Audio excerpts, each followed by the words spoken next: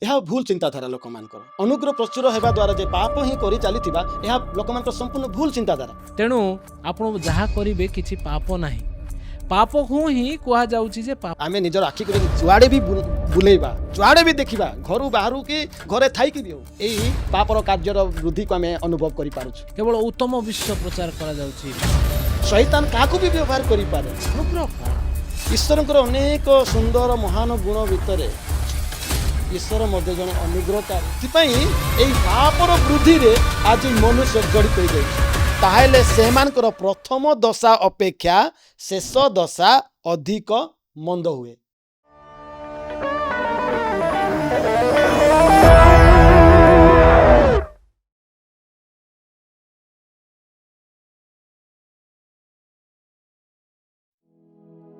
ସମସ୍ତଙ୍କୁ ମୋର ପ୍ରେମ ନମସ୍କାର। ଆଜିର ଆମମାନଙ୍କର ଆରାଧକ ପଡ଼କାଷ୍ଟରେ ଆପଣ ସମସ୍ତଙ୍କୁ ଆମେ ସ୍ୱାଗତ କରୁ। ମୁଁ ହେଉଛି ପାଳକ ଜିବି ଅମର, ଆଉ ମୋ ସହିତ ପ୍ରଭୁଙ୍କର ଜଣେ ଅତି ପ୍ରିୟ ଦାସ ପାଳକ ଝିରିମିୟ ଦିଗାଲ ଅଛନ୍ତି। ଆମମାନେ ଦୁହେଁ ଆଜି ଆପଣମାନଙ୍କୁ ବାଇବେଲର ଏକ ଗୁରୁତ୍ୱପୂର୍ଣ୍ଣ ବିଷୟ ଉପରେ ଆଲୋଚନା କରିବା ପାଇଁ ସ୍ୱାଗତ କରୁ। ବିଶେଷ କରି ପ୍ରଭୁଙ୍କର ପ୍ରଚୁର ଅନୁଗ୍ରହ ଓ ଶୟତାନର ଗଭୀର ପ୍ରଲୋଭନ, ଏହି ବିଷୟ ନେଇ ଆମମାନେ ଆପଣଙ୍କ ନିକଟକୁ ଆସିଅଛୁ। ଆରମ୍ଭ କରିବା ପୂର୍ବରୁ ମୁଁ ଗୋଟିଏ ପଦପର୍ବ ପାଠ କରି ଆରମ୍ଭ କରିବା ପାଇଁ ଚାହେଁ। ଆସନ୍ତୁ ପାଠ କରିବା ରୋମିଓ 6 ପର୍ବର 1 ଆଉ 2 ପଦ। ତେବେ ଆମ୍ଭେମାନେ କ'ଣ କରିବା? ଅନୁଗ୍ରହ ଯେପରି ପ୍ରଚୁର ହୁଏ, ଏଥିପାଇଁ କି ପାପରେ ରହିଥିବା? ତାହା କେବେ ହେଁ ନ ହେଉ। ପାପ ପ୍ରତି ମୃତ ଯେ ଆମ୍ଭେମାନେ ସେଥିରେ କିପରି ଆଉ ଜୀବନ କାଟିବା? ଆସନ୍ତୁ ଆମମାନେ ପଦେ ପ୍ରାର୍ଥନା କରିବା ଓ ଆଜିର ଏହି ପଡ଼କାଷ୍ଟକୁ ଆରମ୍ଭ କରିବା। ପ୍ରିୟ ପ୍ରଭୁ, ଆମେ ତୁମକୁ ଧନ୍ୟବାଦ ଦେଉଛୁ। ଆଜିର ଏହି ପବିତ୍ର ଦିବସରେ ତୁମ ପବିତ୍ର ବାକ୍ୟ ବାଇବେଲରେ ତୁମେ ଯେଉଁ ଶିକ୍ଷା ଗୁଡ଼ିକ ଆମମାନଙ୍କ ପାଇଁ ରଖିଅଛ, ସେଇ ବିଷୟ ଗୁଡ଼ିକୁ ଆମମାନେ ଯେତେବେଳେ ଅନୁଧ୍ୟାନ କରୁ, ଅତି ଗଭୀର ବିଷୟ ସବୁ ଅଛି। ପ୍ରଭୁ, ଆମମାନେ ବିଶେଷ କରି ଆଜି ତୁମର ସେଇ ଗଭୀର ପ୍ରଚୁର ଅପାର ଅନୁଗ୍ରହ, ପୁଣି ଶୈତାନର ପ୍ରଲୋଭନ ବା ପାପ, ସେ ବିଷୟରେ ଆଲୋଚନା କରିବାକୁ ଯାଉଅଛୁ। ଆମମାନଙ୍କୁ ପୁଣି ଆମମାନଙ୍କର ଶ୍ରୋତା ବନ୍ଧୁମାନଙ୍କୁ, ଦର୍ଶକ ବନ୍ଧୁମାନଙ୍କୁ ତୁମେ ଆଶୀର୍ବାଦ କର। ଏହି ଆଲୋଚନାରୁ ତୁମେ ଗୌରବ ପାଅ, ଯୀଶୁଙ୍କ ନାମରେ ମାଗୁଅଛୁ, ଆମେନ୍ ଆମେନ୍। ଆଜି ମୋ ସହିତ ପ୍ରଭୁଙ୍କର ଦାସ ଝିରିମିୟ ଦିଗାଲ ଆଜ୍ଞା ଅଛନ୍ତି। ଆମେ ତାଙ୍କୁ ସ୍ୱାଗତ କରୁଛେ। ଆଜ୍ଞା ନମସ୍କାର। ନମସ୍କାର। ଆପଣଙ୍କୁ ପାଇ ଆଜି ଆମେ ବହୁତ ଖୁସି। ମୁଁ ମଧ୍ୟ ଆଜି এই ବିଶେଷ ପ୍ରୋଗ୍ରାମରେ ଯୋଗ ଦେଇଥିବାରୁ ମୁଁ ମଧ୍ୟ ବହୁତ ଆନନ୍ଦିତ, ଆଉ ଆପଣଙ୍କୁ ମଧ୍ୟ ବିଶେଷ ଧନ୍ୟବାଦ ଦେଉଛି ଏବଂ ସମସ୍ତ ଶ୍ରୋତା ବନ୍ଧୁମାନଙ୍କୁ ମଧ୍ୟ ମୋର ନମସ୍କାର ମଧ୍ୟ ଜଣାଉଛି। ହେଲେ ବାକ୍ୟ ଯେଉଁ ପାଠ କଲୁ, ଏହି ସ୍ଥାନରେ ତ ପାପ, ଅନୁଗ୍ରହ, ଈଶ୍ୱରଙ୍କର ଦୟା, ଏ ସମସ୍ତ ବିଷୟରେ ଲେଖା ଅଛି। ଆଉ ପାଉଲ ମଧ୍ୟ ମଣ୍ଡଳୀ କହୁଛନ୍ତି ଯେ ପ୍ରଚୁର ଅନୁଗ୍ରହ ହେଉଅଛି, ସେଥିପାଇଁ କି ଆମମାନେ ପାପରେ ରହିଥିବା। ହେଲେ ସବୁ କିଛି ଜାଣିବା ପୂର୍ବରୁ ପ୍ରଥମ ଗୋଟେ ପ୍ରଶ୍ନ ଆସୁଛି, ଅନୁଗ୍ରହ କ'ଣ? ଦେଖନ୍ତୁ, ଆମମାନେ ଏପରି ଗୋଟେ ବିଷୟବସ୍ତୁ ଉପରେ ଆଲୋଚନା କରୁଛୁ ବା ଚିନ୍ତା କରୁଛୁ, ଯାହାକୁ ଆମେ ଅନୁଗ୍ରହ ବା ପ୍ରଚୁର ଅନୁଗ୍ରହ ନାମରେ ଆଜି ଆମେ ଆଲୋଚନା କରୁଅଛୁ। ଏବଂ ତାହା ପୁଣି କୌଣସି ମନୁଷ୍ୟ ସହିତ ଜଡ଼ିତ ନୁହେଁ, ଈଶ୍ୱରଙ୍କ ଠାରୁ ଆସିଥିବା ଗୋଟିଏ ପ୍ରଚୁର ଅନୁଗ୍ରହ ବିଷୟ। ଈଶ୍ୱରଙ୍କର ଅନେକ ସୁନ୍ଦର ମହାନ ଗୁଣ ଭିତରେ ଈଶ୍ୱର ମଧ୍ୟ ଜଣେ ଅନୁଗ୍ରହକାରୀ, ଏହା ଈଶ୍ୱରଙ୍କର ବାକ୍ୟ ବାଇବଲ କହେ। ସେ ଆଦ୍ୟରୁ ତାଙ୍କର ସୃଷ୍ଟି ଉପରେ ସେ ଅନୁଗ୍ରହ କରି ଆସିଛନ୍ତି। ଏବଂ ଯେତେବେଳେ ଆମେ ପୁରାତନ କାଳରେ ପୁରାତନ ଲୋକମାନଙ୍କୁ ବି ଦେଖୁଆ, ଅନେକ ପ୍ରଭୁଙ୍କର ଅନୁଗ୍ରହ ଦ୍ୱାରା ସୁରକ୍ଷା ଭାବରେ ହେଉ, ବିଜୟ ଭାବରେ ହେଉ, ଯୋଗେଇବାରେ ହେଉ, ରକ୍ଷା କରିବାରେ ହେଉ, ସେଥିରେ ଈଶ୍ୱରଙ୍କର ଅନୁଗ୍ରହ ଦୟାକୁ ଆମେ ବୁଝିପାରୁଛୁ। କିନ୍ତୁ ଆପଣ ଯେତେବେଳେ এই ପ୍ରଶ୍ନଟି ରଖିଲେ ଯେ ଈଶ୍ୱରଙ୍କର ପ୍ରଚୁର ଅନୁଗ୍ରହ ପୁଣି କ'ଣ? ପ୍ରଚୁର ଅନୁଗ୍ରହ ଏପରି ଗୋଟେ ଈଶ୍ୱରଙ୍କର ଅନୁଗ୍ରହ, ଯାହା ଗୋଟେ ଉଛୁଳି ଉଠୁଥିବା ଅନୁଗ୍ରହ, ଏଟା ଯାହା ପ୍ରଭୁ ଯୀଶୁ ଖ୍ରୀଷ୍ଟଙ୍କ ଦ୍ୱାରା ଦୁର୍ବଳ ମନୁଷ୍ୟକୁ ଉଦ୍ଧାର କରିବା ପାଇଁ, ପରିତ୍ରାଣ ଦେବା ପାଇଁ, ବଳହୀନ ମନୁଷ୍ୟକୁ ବଳ ଦେବା ପାଇଁ, ଶକ୍ତି ଦେବା ପାଇଁ, ସୁରକ୍ଷା ଦେବା ପାଇଁ ଯେଉଁ ଈଶ୍ୱରଙ୍କର ଗୋଟିଏ ଅନୁଗ୍ରହ ଉପସ୍ଥିତ ହେଲା ଯୀଶୁଙ୍କ ଦ୍ୱାରା ସେହି ଅନୁଗ୍ରହକୁ ହିଁ ଆମେ ପ୍ରଚୁର ଅନୁଗ୍ରହ ବୋଲି ବୁଝିଥାଉ। ଯେପରି ଈଶ୍ୱରଙ୍କର ବାକ୍ୟ କହୁଛି ଯୋହନ ଲିଖିତ ସୁସମାଚାର 1 ପର୍ବ 14 ପଦରେ, ଆଉ ସେଇ ବାକ୍ୟ ଦେହବନ୍ତ ହେଲେ ପୁଣି ଅନୁଗ୍ରହ ଓ ସତ୍ୟରେ ପରିପୂର୍ଣ୍ଣ ହୋଇ ଆମ୍ଭମାନଙ୍କ ମଧ୍ୟରେ ବାସ କଲେ। ଅର୍ଥାତ୍ ଏଇ ଯାକର ଯେଉଁ ବାକ୍ୟ ବୋଲି କୁହାଯାଉଛି ସେ ବାକ୍ୟ ହେଉଛନ୍ତି ସ୍ୱୟଂ ପ୍ରଭୁ ଯୀଶୁ ଖ୍ରୀଷ୍ଟ, ଯିଏକି ପିତାଙ୍କ ସହିତ ଆଦ୍ୟରେ ଥିଲେ, କିନ୍ତୁ ସେ ଆମମାନଙ୍କ ମଧ୍ୟକୁ ଏକ ଅନୁଗ୍ରହକାରୀ ଅନୁଗ୍ରହ ଭାବରେ ସେ ପ୍ରକାଶିତ, ଅନୁଗ୍ରହ ସକାଶେ ଅନୁଗ୍ରହ ନେଇକି ସେ ଆସିଲେ। ଆଉ 16 ପଦରେ ଯେ ଲେଖାଯାଏ, ତାହାଙ୍କ ପୂର୍ଣ୍ଣତାରୁ ଅର୍ଥାତ୍ ସେଇ ପ୍ରଭୁ ଯୀଶୁ ଖ୍ରୀଷ୍ଟଙ୍କର ପୂର୍ଣ୍ଣତାରୁ ଆମେ ସମସ୍ତେ ପ୍ରାପ୍ତ ହୋଇଅଛୁ ବା ପାଇଅଛୁ, ଅନୁଗ୍ରହ ଉପରେ ଅନୁଗ୍ରହ ପ୍ରାପ୍ତ ହୋଇଅଛୁ। ତାହେଲେ ଅନୁଗ୍ରହ କହିଲେ କ'ଣ? ଆମେ ଦେଖୁଛେ ପ୍ରଚୁର ଅନୁଗ୍ରହ, ହେଲେ ଅନୁଗ୍ରହ ଉପରେ ଅନୁଗ୍ରହ, ଅନେକ ଅନୁଗ୍ରହ, ପ୍ରଚୁର ଅନୁଗ୍ରହ, କିନ୍ତୁ ବାସ୍ତବରେ ଅନୁଗ୍ରହ କହିଲେ କ'ଣ? ଅନୁଗ୍ରହ କହିଲେ ଯେଉଁ ମନୁଷ୍ୟ ନିଜର ବିଷୟକୁ, ନିଜର ରକ୍ଷା, ନିଜର ସୁରକ୍ଷା, ନିଜର ଅନ୍ୟ କିଛି ବିଷୟ କରିବା ପାଇଁ ସେ ବିଫଳ କରିପାରେ ନାହିଁ, ସେ ଅକ୍ଷମ, ତା ପାଖରେ ଶକ୍ତି ବା ସାମର୍ଥ୍ୟ ନାହିଁ, ନିଜ ପାଇଁ ନିଜେ ଯାହା କରିପାରେ ନାହିଁ, ତାହା ଯଦି ଅନ୍ୟ ଦ୍ୱାରା ସାଧିତ ହେଉଛି ତାହାକୁ ଆମେ ଅନୁଗ୍ରହ ବୋଲି ବୁଝୁ। ଯେଉଁ ମନୁଷ୍ୟମାନେ ନିଜର ପରିତ୍ରାଣ ସାଧନ କରିପାରିଲେ ନାହିଁ, ନିଜର ମୁକ୍ତି ସାଧନ କରିପାରିଲେ ନାହିଁ, ନିଜର ପ୍ରକୃତ ସୁରକ୍ଷାକୁ ସେମାନେ ଦେଇପାରିଲେ ନାହିଁ, ସେଇ ମନୁଷ୍ୟକୁ ଉଦ୍ଧାର କରିବା ପାଇଁ, ରକ୍ଷା କରିବା ପାଇଁ ଯେଉଁ ପ୍ରଭୁ ଶ୍ରୀକୃଷ୍ଣଙ୍କର ଦୟାକୁ, କରୁଣାକୁ, କୃପାକୁ, ତାକୁ ଆମେ ଅନୁଗ୍ରହ ଭାବରେ ବୁଝୁଛୁ, ଯାହା ମାନେ ମନୁଷ୍ୟ ଭାବରେ କରିପାରିବା ନାହିଁ ଆଉ କରିବା ପାଇଁ ସକ୍ଷମ ନହୁଁ। ଯେପରି ଆମମାନେ ଆମମାନଙ୍କର ବିଦ୍ୟାଳୟ ଗୁଡ଼ିକରେ, ସ୍କୁଲ ଗୁଡ଼ିକରେ ଯେତେବେଳେ ଛାତ୍ର ପରୀକ୍ଷା ଲେଖିଥାଏ କିନ୍ତୁ କୌଣସି କାରଣରୁ ତାର ଯେଉଁ ଅପେକ୍ଷିତ ବା ଅପେକ୍ଷା କରାଯାଉଥିବା ମାର୍କ ଆଣିପାରିନଥାଏ, ଗୋଟିଏ କିମ୍ବା 2 ମାର୍କରେ ତାର କମ୍ ହେଇଥାଏ, ସେହି ସ୍ଥାନରେ ଶିକ୍ଷକମାନେ ବା କର୍ତ୍ତୃପକ୍ଷ ବା ଅଧିକାରୀ ସେମାନେ ତାଙ୍କୁ ଗୋଟେ ଗ୍ରେସ୍ ମାର୍କ ଦେଇଥାନ୍ତି।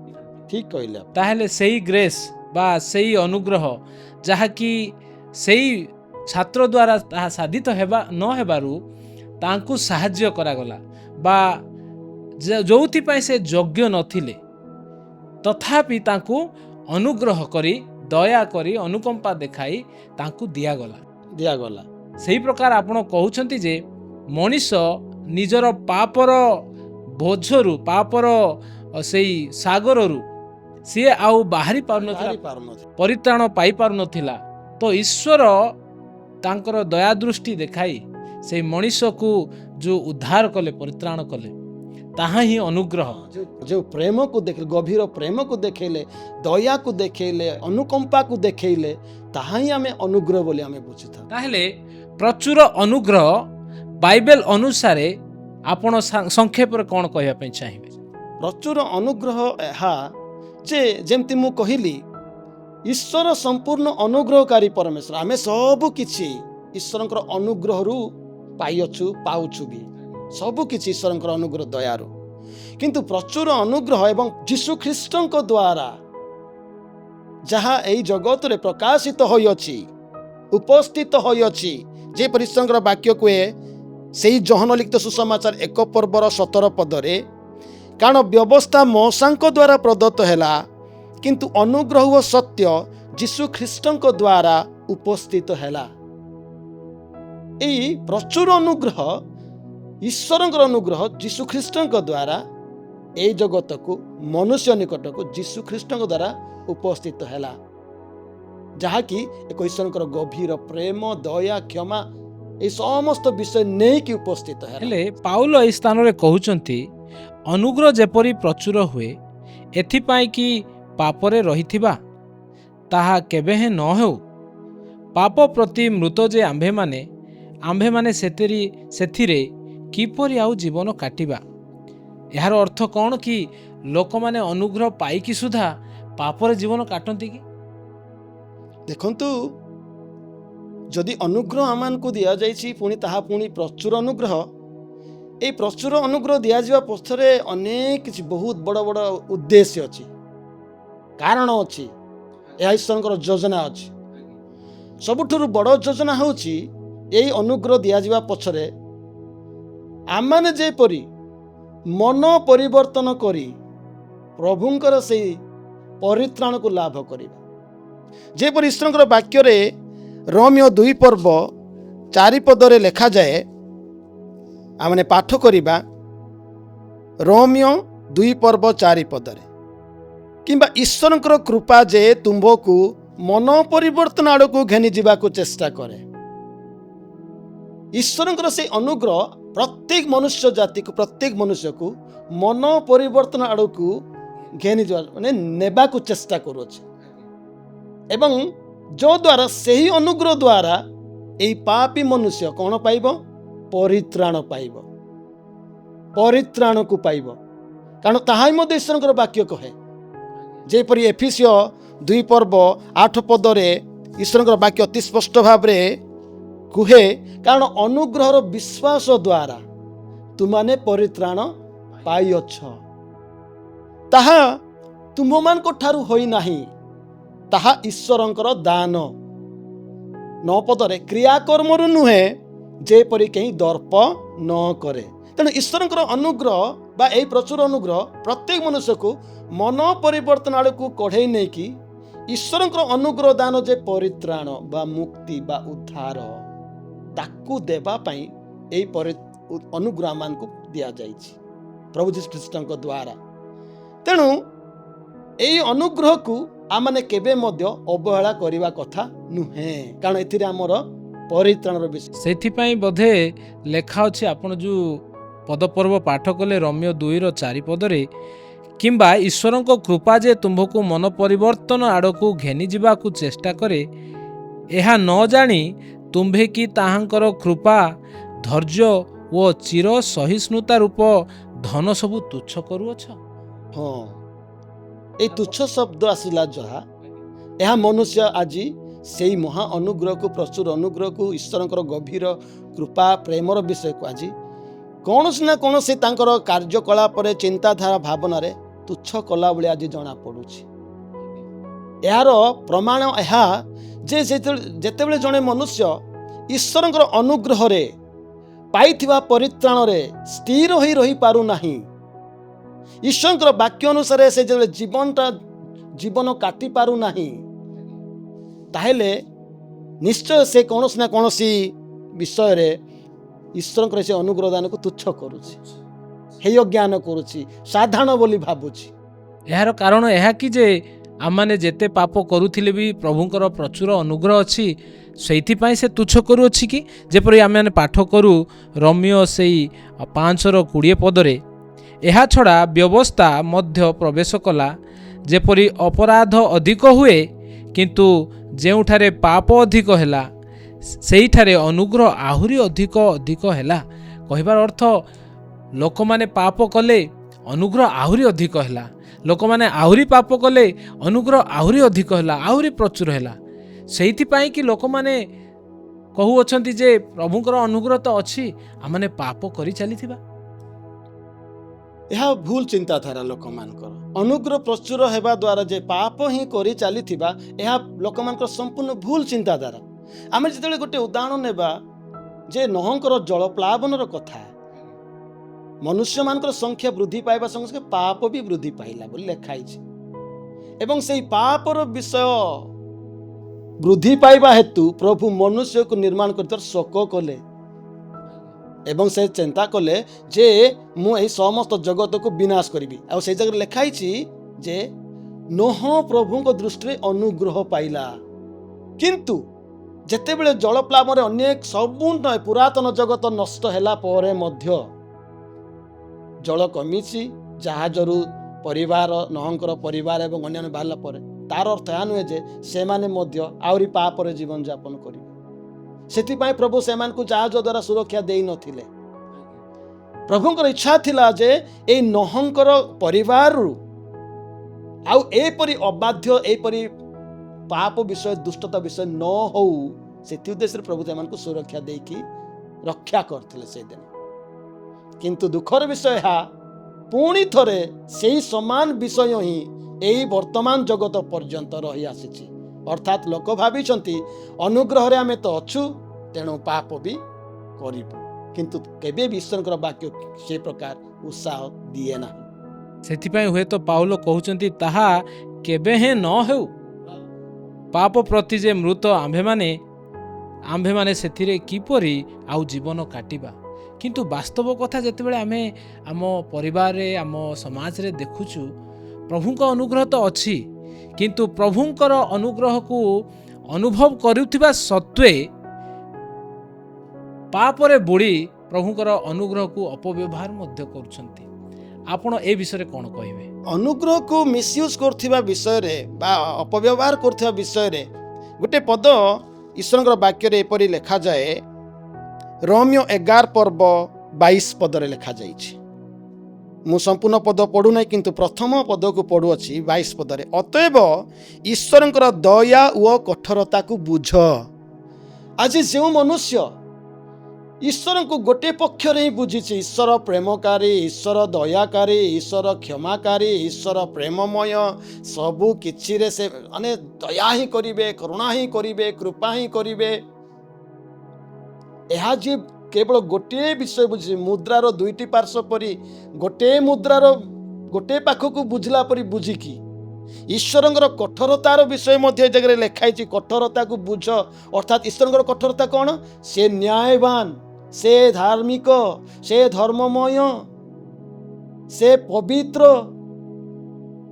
ଯଦି ଜଣେ ମନୁଷ୍ୟ ଈଶ୍ୱରଙ୍କର ପ୍ରେମର ହିଁ ଲାଭ ଉଠାଇବାକୁ ଚେଷ୍ଟା କରୁଛି ଆଉ ଜୀବନରେ ଯଦି ପରିବର୍ତ୍ତନ ହେଉନାହିଁ, ତାର ଅର୍ଥ ସେ ଈଶ୍ୱରଙ୍କର ଅନୁଗ୍ରହକୁ ଅପବ୍ୟବହାର କରୁଅଛି ଆଉ ସେଥିରେ ନିଜର କ୍ଷତି ପାଇଁ ସେ କରୁଅଛି। କିନ୍ତୁ ଈଶ୍ୱର ସେମିତି ତା ପ୍ରତି ଅନୁଗ୍ରହ ଯେ ଦେଉଥିବେ ଆଉ ସେ ପାପରେ ଥାଉ, ସେଥିପାଇଁ ସେ ଈଶ୍ୱର ଅନୁଗ୍ରହ ଦେଉନଥିବେ। କାରଣ ପ୍ରତ୍ୟେକ ବିଷୟରେ ଅନୁଗ୍ରହ ଆମମାନଙ୍କୁ ପ୍ରତି ସମୟରେ ମନ ପରିବର୍ତ୍ତନ ଆଡ଼କୁ ହିଁ କଢ଼େଇ ନେଇଥାଏ। ସୁଯୋଗ ତାହା ଯଦ୍ୟପି ସେଇ ଭୁଲ ସମୟରେ କି କୌଣସି ଯାହା ବି ଆମ ପ୍ରତି କିଛି ଅଘଟଣ ଘଟିଲା ନାହିଁ, ତାର ଅର୍ଥ ଏହା ନୁହେଁ ଯେ ଅନୁଗ୍ରହ ପ୍ରଚୁର ଅଛି ତେଣୁ ଆମ ପ୍ରତି କିଛି ଘଟିଲା ନାହିଁ, ଆମର କିଛି କ୍ଷତି ହେଲାନି। ନା, ତାହା ଆମମାନଙ୍କୁ ମନ ପରିବର୍ତ୍ତନ ଆଡ଼କୁ ନେଇଯାଉଛି ସେ ଅନୁଗ୍ରହ, ସେ ସୁଯୋଗଟି। ତେଣୁ ଅନେକ ଭୁଲବଶତଃ ଭୁଲ ଚିନ୍ତାଧାରାରେ ଅନୁଗ୍ରହକୁ ଅପବ୍ୟବହାର କରୁଛନ୍ତି ଏବଂ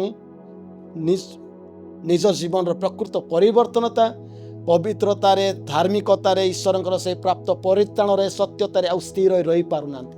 ତେଣୁ ଅନୁଗ୍ରହ ପ୍ରଚୁର କରି ପାପ କରି ଚାଲ, ପାପ କରିବା, ପ୍ରଭୁ ପାଖକୁ ଯିବା ଆଉ କ୍ଷମା ମାଗିବା, କ୍ଷମା ମିଳିଯିବ, ପଦେ କଥା କହିଦେଲେ ପ୍ରଭୁ ଦୟା କରିବେ ଆହୁରି। କିନ୍ତୁ ଏହି ପ୍ରକାର ପ୍ରଭୁଙ୍କର ବାକ୍ୟ ଆମମାନଙ୍କୁ ଶିକ୍ଷା ଦିଏ ନାହିଁ। ଆଜ୍ଞା, ହେଲେ ଏଇଠୁ ଆମେ କ'ଣ ବୁଝିବା ଯେ ଅନୁଗ୍ରହ ବଢ଼ି ଚାଲିଛି, ବୃଦ୍ଧି ପାଉଛି ତ ପାପ ବୃଦ୍ଧି ପାଉଛି, ଆଉ ପାପ ବୃଦ୍ଧି ପାଉଛି ତ ଅନୁଗ୍ରହ ବୃଦ୍ଧି ପାଉଛି। ହେଲେ ଏଇ ପାପ ବୃଦ୍ଧି ପାଉଛି, ଏ ବିଷୟକୁ ଆପଣ କ'ଣ ବୁଝୁଛନ୍ତି ବା କ'ଣ କହିବା ପାଇଁ ଚାହିଁବେ? ପାପ ବୃଦ୍ଧି ପାଉଛି, ଈଶ୍ୱରଙ୍କର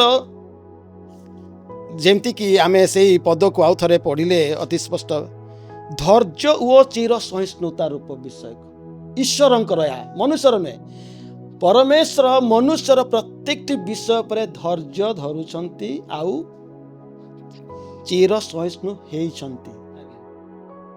ନିଜର କ୍ରୋଧକୁ ସମ୍ବରଣ କରି ରଖନ୍ତି, ଅର୍ଥାତ୍ ପ୍ରକାଶ କରିନଥାନ୍ତି। ଅନେକ ସମୟରେ ଭୁଲ କରୁ କରୁ କିଛି ବିଷୟ ଅବାଧ୍ୟ ହଉ ହଉ ଈଶ୍ୱରଙ୍କ ବିରୁଦ୍ଧରେ କାର୍ଯ୍ୟ କରୁ କରୁ ସେଇ ସମାନ ଭାବରେ ସେଇ ମୁହୂର୍ତ୍ତରେ ହିଁ ଦଣ୍ଡ ଦେଇନଥାନ୍ତି।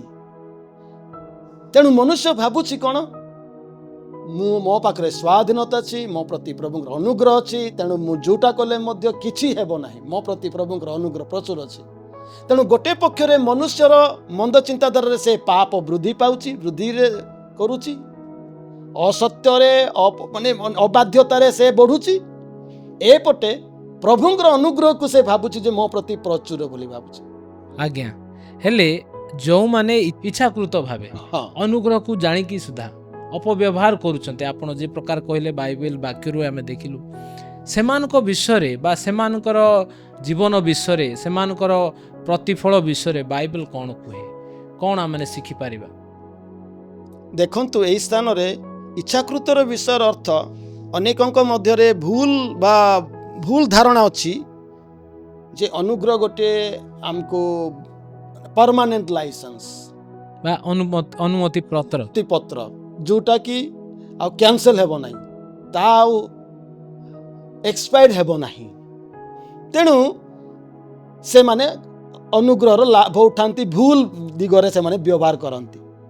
କିନ୍ତୁ ପ୍ରଭୁଙ୍କର ବାକ୍ୟ କହେ ସେହିପରି ଲୋକମାନେ ଯେତେବେଳେ ଧର୍ମଭ୍ରଷ୍ଟ ହୁଅନ୍ତି, ପଥଭ୍ରଷ୍ଟ ହୁଅନ୍ତି, ବିମୁଖ ହୁଅନ୍ତି, ଈଶ୍ୱରଙ୍କର ବାକ୍ୟ ସେମାନଙ୍କୁ ଏପରି କହେ। ଯେତେବେଳେ ମାନେ ଏବ୍ରି ପୁସ୍ତକ 6 ଅଧ୍ୟାୟକୁ ଆମେ ପଢ଼ୁ, ଏବ୍ରି ପୁସ୍ତକ 6 ଅଧ୍ୟାୟ ସେ ସ୍ଥାନରେ ଏପରି ଲେଖାଯାଏ 4 ପଦରେ, କାରଣ ଯେଉଁମାନେ ଥରେ ଆଲୋକ ପ୍ରାପ୍ତ ହୋଇଅଛନ୍ତି, ସ୍ୱର୍ଗୀୟ ଦାନର ଆସ୍ୱାଦନ ପାଇଅଛନ୍ତି, ପବିତ୍ର ଆତ୍ମାଙ୍କର ସହଭାଗୀ ହୋଇଅଛନ୍ତି, ଈଶ୍ୱରଙ୍କ ଉତ୍ତମ ବାକ୍ୟ ଓ ଭାବି ଯୁଗର ଶକ୍ତି ଆସ୍ୱାଦନ କରିଅଛନ୍ତି, ସେମାନେ ଯଦି ଧର୍ମଭ୍ରଷ୍ଟ ହୁଅନ୍ତି ତାହେଲେ ମନ ପରିବର୍ତ୍ତନ ନିମନ୍ତେ ସେମାନଙ୍କୁ ପୁନର୍ବାର ନୂତନ କରାଇବା ଅସାଧ୍ୟ। ଯେଣୁ ସେମାନେ ଆପଣାର ବିନାଶ ନିମନ୍ତେ ଈଶ୍ୱରଙ୍କ ପୁତ୍ରଙ୍କୁ ପୁଣି କୃଷାର୍ପଣ କରି ପ୍ରକାଶରେ ତାହାଙ୍କୁ ନିନ୍ଦାର ପାତ୍ର କରନ୍ତି। ଏମାନେ ସେଇ ଲୋକ, ସେଇ ଦଳର ଲୋକମାନେ ଯେଉଁମାନେ କି ଈଶ୍ୱରଙ୍କର ପରିଚୟ ପାଇଛନ୍ତି, ଆଲୋକ ପ୍ରାପ୍ତ ହୋଇଛନ୍ତି, ଅନୁଗ୍ରହରେ ପରିତ୍ରାଣର ଆସ୍ୱାଦନ ପାଇଛନ୍ତି, ଅନେକ ଉତ୍ତମ ବିଷୟ ସବୁ, କିନ୍ତୁ ସେମାନଙ୍କର ଏହି ଦୁର୍ବଳ ମନୋଭାବ ପାଇଁ ବୋଲି ଯେତେବେଳେ ସେମାନେ ଧର୍ମଭ୍ରଷ୍ଟ ହୋଇଛନ୍ତି, ପତିତ ହୋଇଛନ୍ତି, ସେମାନଙ୍କ ପାଇଁ ବାକ୍ୟ କହେ ସେମାନେ କ'ଣ ହେଇଛନ୍ତି? ବିନାଶ ନିମନ୍ତେ, ତାଙ୍କର ନିଜର ବିନାଶ ନିମନ୍ତେ। ସେମାନଙ୍କ ପାଇଁ ଆଉ ଖ୍ରୀଷ୍ଟ ଆଉ ଥରେ ଦ୍ୱିତୀୟ ଥର କ୍ରୁଶରେ ମରିବେ ନାହିଁ, କାରଣ ବାକ୍ୟରେ ତ ଲେଖା ହେଇଛି ଆଉ ସେମାନଙ୍କ ପାଇଁ ତ ଆଉ କୌଣସି ବଳିଦାନର ବିଷୟ ନାହିଁ। ଯେପରିକି ଏବ୍ରି 10 ଅଧ୍ୟାୟରେ ଯେପରି ଲେଖାଯାଏ 26 ପଦରେ, କାରଣ ସତ୍ୟ ଜ୍ଞାନ ଲାଭ କରିବା ପରେ ଯଦି ଆମମାନେ ସ୍ୱେଚ୍ଛାପୂର୍ବକ ପାପ କରୁଥାଉ ତେବେ ପାପାର୍ଥକ ବଳି ଆଉ ଅବଶିଷ୍ଟ ନଥାଏ। ଏହି ବାକ୍ୟ ସେମାନଙ୍କୁ କହୁଅଛି ଯେଉଁମାନେ ଏହି ଈଶ୍ୱରଙ୍କର ଏହି ସ୍ୱର୍ଗୀୟ ବିଷୟକୁ, ଅନୁଗ୍ରହର ବିଷୟକୁ, ଧାର୍ମିକତାର ବିଷୟକୁ ତୁଚ୍ଛ ଜ୍ଞାନ କରିକି ପଛକୁ ଫେରିଛନ୍ତି, ପୁନର୍ବାର ନିଜର ପୂର୍ବ ଅବସ୍ଥାକୁ ଫେରୁଛନ୍ତି, ପାପ ମଧ୍ୟରେ ରହିଛନ୍ତି। ସେମାନଙ୍କ ପାଇଁ ଆଉ କୌଣସି ଅବଶିଷ୍ଟ ବିଷୟ କିଛି ନାହିଁ। ଆଉ କଠୋର ଶବ୍ଦ ମଧ୍ୟ ପିତର କହନ୍ତି। ଦ୍ୱିତୀୟ ପିତର ଯେତେବେଳେ ଆମେ ପଢ଼ୁ, ଦ୍ୱିତୀୟ ପିତର 2 ପର୍ବର 20 ପଦ, ଦ୍ୱିତୀୟ ପିତର 2 ପର୍ବ 20 ପଦରେ ଯେପରି ଲେଖାଯାଏ, ଯେଣୁ ସେମାନେ ଅର୍ଥାତ୍ ଯେଉଁମାନେ କି ଧର୍ମଭ୍ରଷ୍ଟ ହୋଇଛନ୍ତି, ସେମାନେ ଯଦି ପ୍ରଭୁ ଓ ତ୍ରାଣକର୍ତ୍ତା ଯୀଶୁଖ୍ରୀଷ୍ଟଙ୍କ ବିଷୟକ ଜ୍ଞାନ ଦ୍ୱାରା ସଂସାରର ଅସୁଚିତାରୁ ରକ୍ଷା ପାଇ ପୁନର୍ବାର ସେଥିରେ ବନ୍ଧନରେ ଆବଦ୍ଧ ହୋଇ ପରାସ୍ତ ହୁଅନ୍ତି, ତାହେଲେ ସେମାନଙ୍କର ପ୍ରଥମ ଦଶା ଅପେକ୍ଷା ଶେଷ ଦଶା ଅଧିକ ମନ୍ଦ ହୁଏ। ବହୁତ ଗଭୀର ବିଷୟ।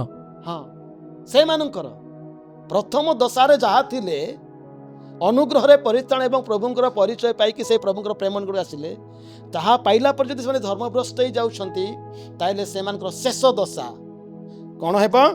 ଅଧିକ ମନ୍ଦ ହୁଏ। ସେତିକିରେ ବାକ୍ୟ ସରୁନାହିଁ, କାରଣ ବାକ୍ୟରେ ଲେଖା ହେଇଛି 21 ପଦରେ, କାରଣ ଧାର୍ମିକତାର ମାର୍ଗ ଜାଣି ଆପଣମାନଙ୍କ ନିକଟରେ ସମର୍ପିତ ପବିତ୍ର ଆଜ୍ଞାରୁ ବିମୁଖ ହେବା ଅପେକ୍ଷା ବରଂ ସେମାନେ ସେହି ମାର୍ଗ ନ ଜାଣିବା ସେମାନଙ୍କ ପକ୍ଷରେ ଭଲ ହୋଇଥାନ୍ତା। ମୂଳରୁ ଜାଣି ନଥିଲେ ଭଲ ହୋଇଥାନ୍ତା। ସବୁ ଜାଣି ଶୁଣିକି, ସବୁ ବିଷୟ ଚାଖିକି, ଅନୁଭବ କରିକି, ଆସ୍ୱାଦନ କରିକି ତାପରେ ଧର୍ମଭ୍ରଷ୍ଟ ହେବା, ତାପରେ ପଥରୁ ବିମୁଖ ହେବା, ତାପରେ ନିଜ ଇଚ୍ଛା ଅନୁସାରେ ସ୍ୱେଚ୍ଛାକୃତ ଭାବରେ ଅନୁଗ୍ରହକୁ ଅପବ୍ୟବହାର କରି ପାପ କରି ଚାଲିବା, ତାହା ସେମାନଙ୍କ ପାଇଁ କେତେ ଗଭୀର ବିଷୟ। ଗଭୀର ବିଷୟ।